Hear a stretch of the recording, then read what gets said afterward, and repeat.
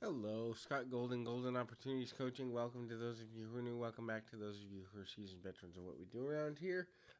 What we do around here is we try to give advice and tips on emotional, psychological, spiritual issues. And if there's a concept that you would like to see covered in a future audio, please feel free to reach out in the comments below.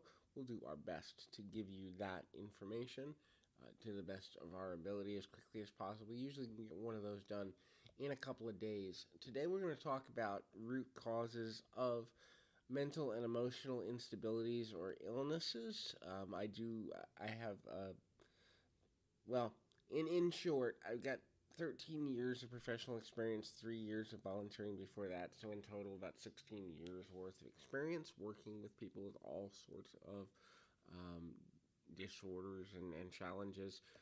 I am not a person that believes in the traditional let's diagnose a person with a DSM and toss them away or give them a label and then put them on medication and send them into oblivion for a long time. The reason I don't believe in that is because ultimately, sooner or later, and sometimes it takes years for this to happen, but sooner or later the medication will stop working and you haven't dealt with the core issue.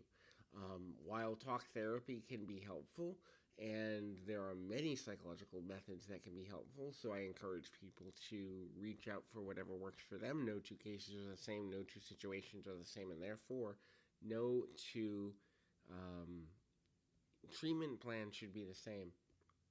I think if we don't get to root core of the issue, sooner or later things will crop back up. And so there's 1, 2, 3, 4, 5, 6, 7, 8, 9 things we'll talk about here.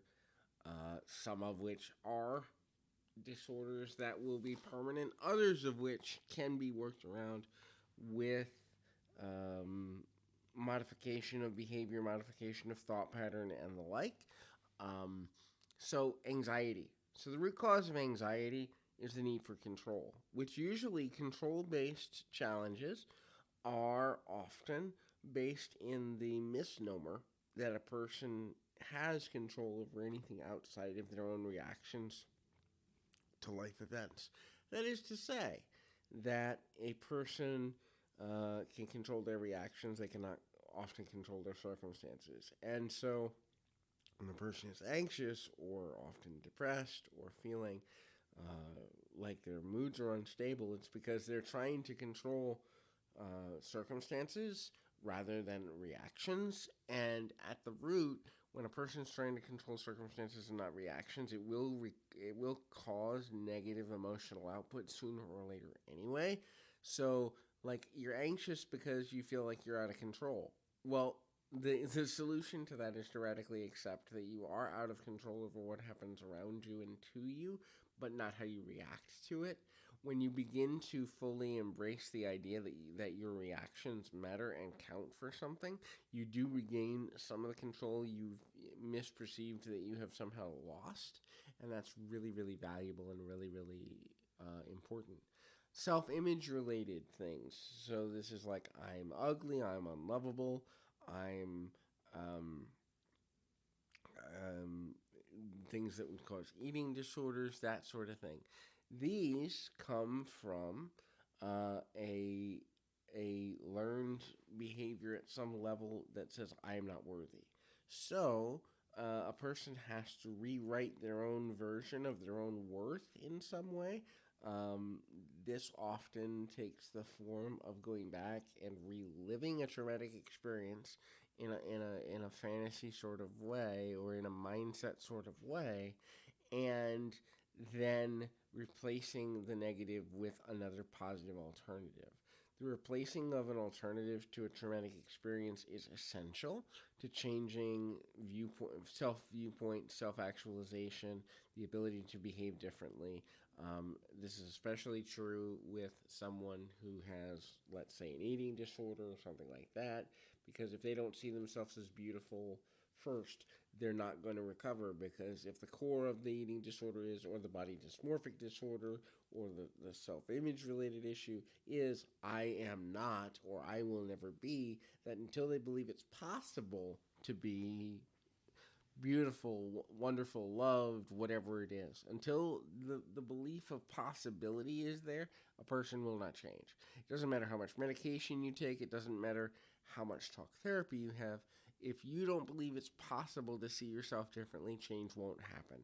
And if it does, it won't stick, it won't last. The key there is the possibility of an alternative reality being true as the center to recovery. Um, Hyperactivity disorder, which usually comes down to overly advanced intelligence in a lot of cases. ADD, ADHD, these people, their brains are wired differently. So they may need multiple stimulation points to be able to function in what our society considers to be routine situations. Um, Finding a routine activity to do that is what I call a background running activity, kind of like uh, um, a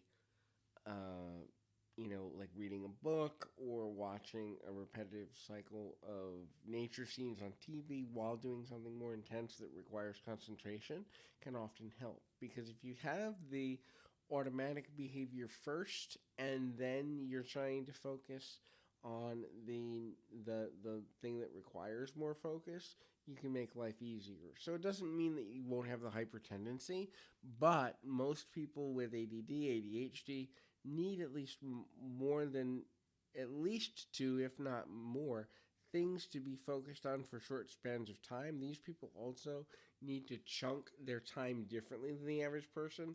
Let's say the average attention span is 30 minutes. A person with ADD, ADHD, their attention span might be one third of that in 10 minutes. So that doesn't mean that they can't focus. It means they have to break down the tasks they need to do differently. If a task is going to take 30 minutes, for example, they need to go, all right, I'm going to take 3 10-minute segments in the next 2 hours, and I'm going to completely focus for 10 minutes at a time. Sometimes using something as simple as a timer or another outside source to denote the time can be helpful.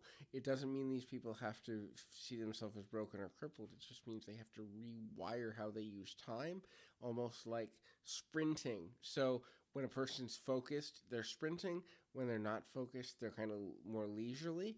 And so that is finding that balance is the key to overcoming or managing hyperactivity.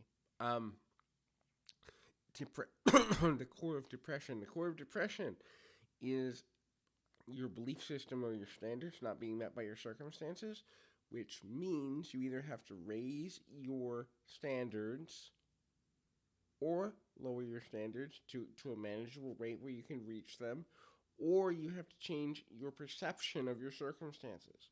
A person is not going to feel better um, looking at the same thing over and over. So a change in how things are viewed or the standards expected to be reached must be activated in order for a person to feel that they are in control again where they weren't in control before. This can be very difficult. However, the changing of core belief systems is essential to that recovery process because when a person doesn't believe differently, they will return to the repetitive what I call automatic thinking, which is the subconscious nature of thinking that has them depressed. Why? Because it's most comfortable, it's most looped, it's most repetitive, it's most common, and so the core beliefs have to change before the depression can be mitigated or managed differently. So, PTSD, remember PTSD is a trauma-based disorder, as is something like a BPD. So, again, going and remapping the process of the original trauma core or trauma core incident is essential to the recovery of a person with PTSD. That is, they have to see that whole event differently, see their ability to react to it differently or reframe it differently in their mind for future benefit. Sometimes this can be, this could have happened, this could have happened, that might have happened if I had done this, this could have happened if I do this and view this from here. For example, and I will use a very personal example, I am an abuse survivor. I, for many years of my life, allowed that to engage me in negative behaviors, many of which I'm not particularly proud of or comfortable with. But my recovery from abuse was directly related to, because I have survived this, I can be of benefit to other survivors who haven't found their inner peace yet. Once I took that as a radical belief, once I gave it a new reason and a new meaning, my self destructive behavior was eliminated because I had a new reason why this thing that was uncomfortable and almost insurmountable happened to me. And so, for any person that is dealing with a trauma core issue, the internal relanguaging must happen for recovery to be manageable. Um, Now we're going to talk about OCD. Again, OCD, obsessive compulsive disorder, is a brain function issue, as are the last three that we'll talk about here. These are a little different. This has to do with repetitive behavior in a different way, more automatic. Um, the challenge with this is that you have to replace it with another um, non-invasive repetitive behavior. So for a person who does a lot of hand washing or cleaning or something else, maybe tapping of fingers can replace. Maybe squeezing a stress ball can replace. But what you're doing is you're acknowledging that the brain is wired in a way for repetition. You just have to make the repetition less invasive in the day-to-day life of the person. You're not going to rewire the brain away from craving a repetitive behavior, but you can rewire it to the repetitive behavior being less impactful on the day-to-day life of the person with the disorder. Um, so then we've got things like the ASD or autism spectrum. These are not things you're going to change, although these aren't illnesses, mental illnesses as much as they are mental conditions. Again, the brain is wired differently. These are spectrum disorders which deal with how social interaction is processed.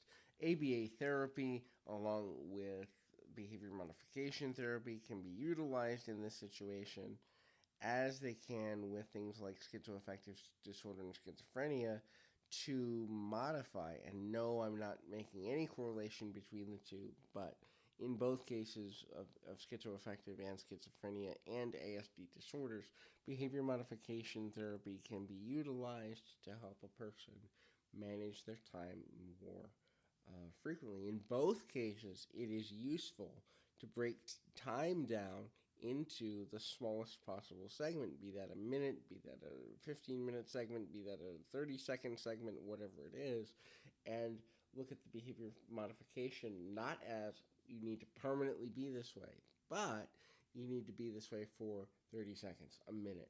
And then when that becomes repetitive and repeatable, okay, you need to be that way for 2 minutes. Okay, now 5 minutes.